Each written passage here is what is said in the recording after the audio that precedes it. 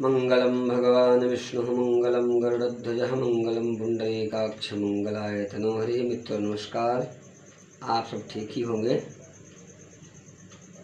गोविंद कृपा से जो सारे दिन हमको मिलते हैं भोग करने के लिए, उसमें हमें भगवान का चिंतन अनिवार्य है, उसे करते रहना चाहिए।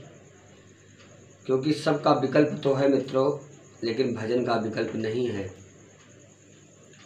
विशेष मैं आज जो आज त्यौहार है आपके सामने माताओं का, बहुला चौथ गणेश चतुर्थी के पूजन के विषय में चर्चा करूंगा। उससे पहले आपको बता देना चाहता हूं कि बारी मथे घृत होय बरु सिकता से बरु तेल, बिनु हरि भजन न भव तरिय यह सिद्धांत अपेल। सबका विकल्प संसार में है। जिस पिता नहीं है तो माता पालन पोषण करती है, वो नहीं तो भाई करता है, वो नहीं है तो कोई न कोई संबंध बन जाते हैं। घर में सारे अन्न मौजूद नहीं है तो चावल दाल से काम चला लिया जाता है, चावल नहीं तो रोटी सब्जी से काम चला लिया जाता है, सब्जी नहीं दाल से अचार से आदि विकल्प। लेकिन भजन का विकल्प नहीं है।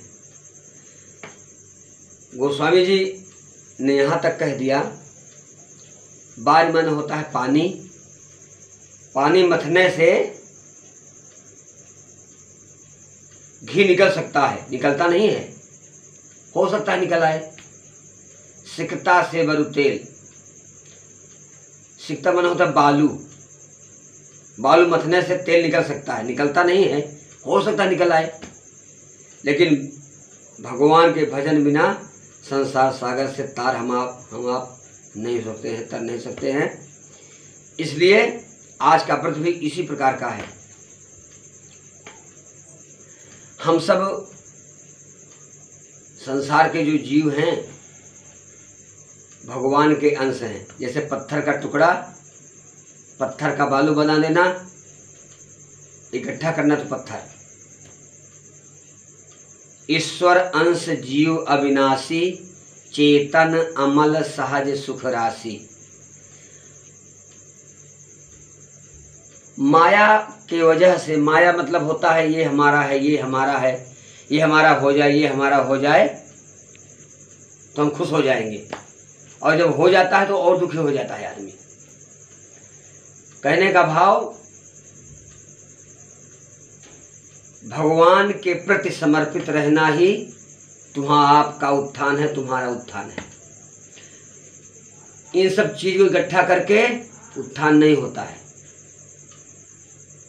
इसलिए आज के दिन माताओं को भी जागरण करना चाहिए। जो मैं बता रहा हूँ इस बात को ध्यान दे।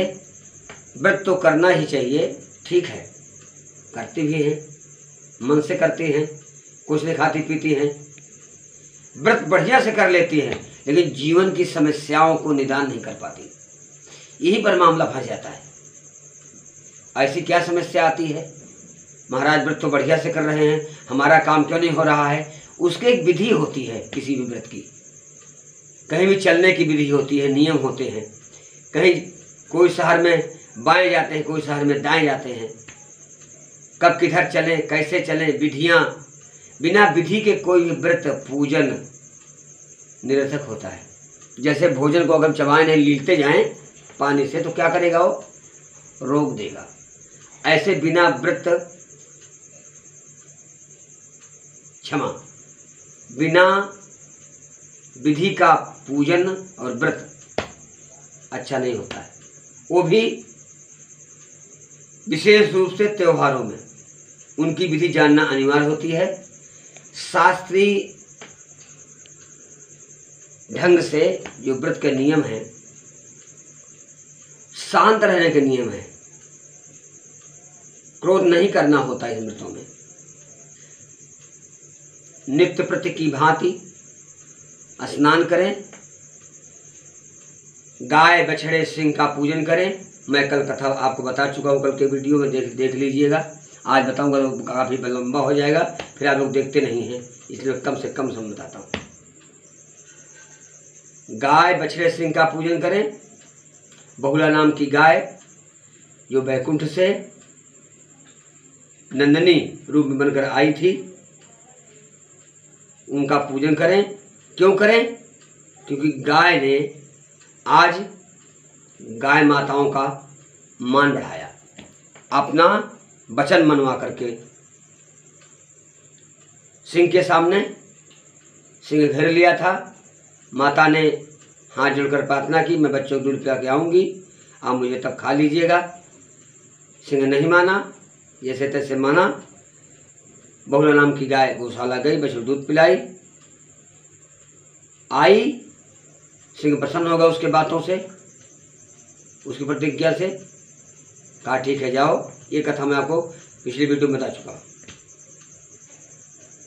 आज के दिन का विशेष प्रधानता हमारे प्रतिज्ञा की है, हमारे मर्यादा की है, हमारे मान की है, हमारे वचन की है।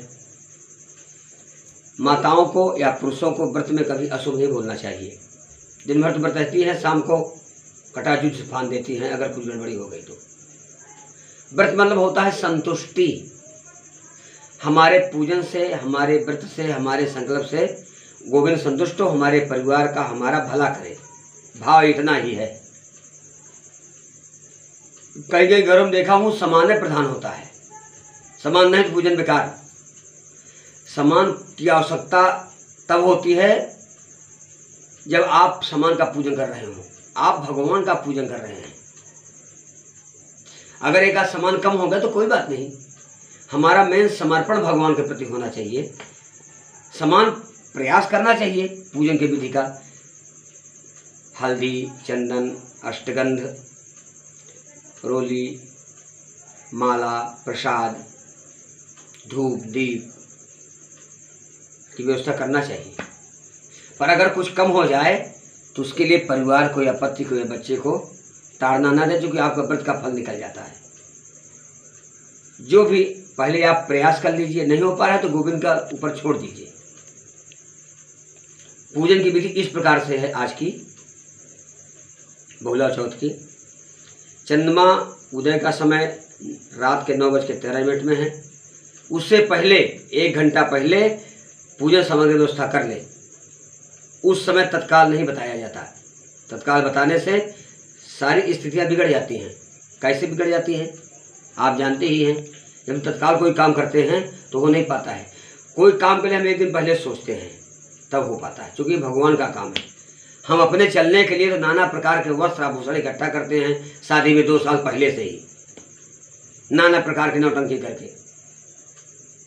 अब भगवान के लिए इतने में हो जाएगा, अरे हो जाएगा, अगर है तो व्यवस्था कर लीजिए। नित्य सुंदर वस्त्र पहन करके सायंकाल पूजन की सामग्री लेकर के, शंख हो शंख लें, ना शंख हो तो लोटा ले लें, पीतल का हो, चांदी का हो, सोने का हो, कसकुट फूले का हो, इनमें अर्घ दिया जाता है। चंद्रमा को भगवान गणेश की पूजा की जाती है, अपने संतान की दीर्घायु के लिए, उन्नत के लिए, परिवार के विकास के लिए और गौ माता की रक्षा के लिए। गौ माता की रक्षा का संकल्प आज ही होता है। मित्रों, शंख में या लोटे में दूब, जल, दूध, सुपारी, अष्टगंध नहीं है, हल्दी नहीं है, चंदन नहीं है तो रोली, कुछ तो होगा ही। हल्दी तो अक्सर होती है घरों में, डाल ले, अक्षत डाल ले, पुष्प डाल ले, श्वेत पुष्प डाल ले, भगवान चंद्रमा को अर्घ दे, निवेदन करें, हे प्रभु ये जो शरीर मिला है, इस शरीर से कभी किसी का अपमान ना हो, अपयश ना हो। हमारे द्वारा जो खेती बढ़ी हुई है, बाल बच्चे बड़े हुए हैं, उनका कल्याण हो और जीवन की समस्या अगर आ जा रही हैं तो कोई कोई रास्ता जाने का बन जाए, क्योंकि रास्ता सबके हैं, दुख आता ही है और आना भी चाहिए, क्योंकि उसी से आदमी जागता भी है। कोई कोई आत्महत्या कर लेते हैं मूर्ख, और कोई कोई जाग करके संसार को बताते हैं कि देखो इस प्रकार से हमने किया तो ऐसा हो गया, आने वाली पीढ़ी उस प्रकार से करें। उसी प्रकार से भगवान चंद्रमा का, गणेश जी का पूजन करें, गाय बैठे का पूजन करें। अगर गाय नहीं है आपके पास तो कोई भी गाय का पूजन करें, सुंदर पकवान खिलाएं। आज के दिन विशेष यह है कि दूध दही का प्रयोग नहीं करना चाहिए, क्योंकि आज का दूध बछड़े के लिए होता है। ठीक है, संतान की वृद्धि होती है। सुंदर तन भगवान ने दिया है भजन करने के लिए, सोने के लिए नहीं। हम स्वस्थ रहें, सुंदर दिखें, अच्छे वस्त्र पहने, क्यों? भजन करने के लिए। इसी के साथ मैं विदा लेना चाहता हूँ। मैं कल फिर आपसे मिलूंगा कुछ नई चीज के साथ। तब तक के लिए नमस्कार। हर हर महादेव।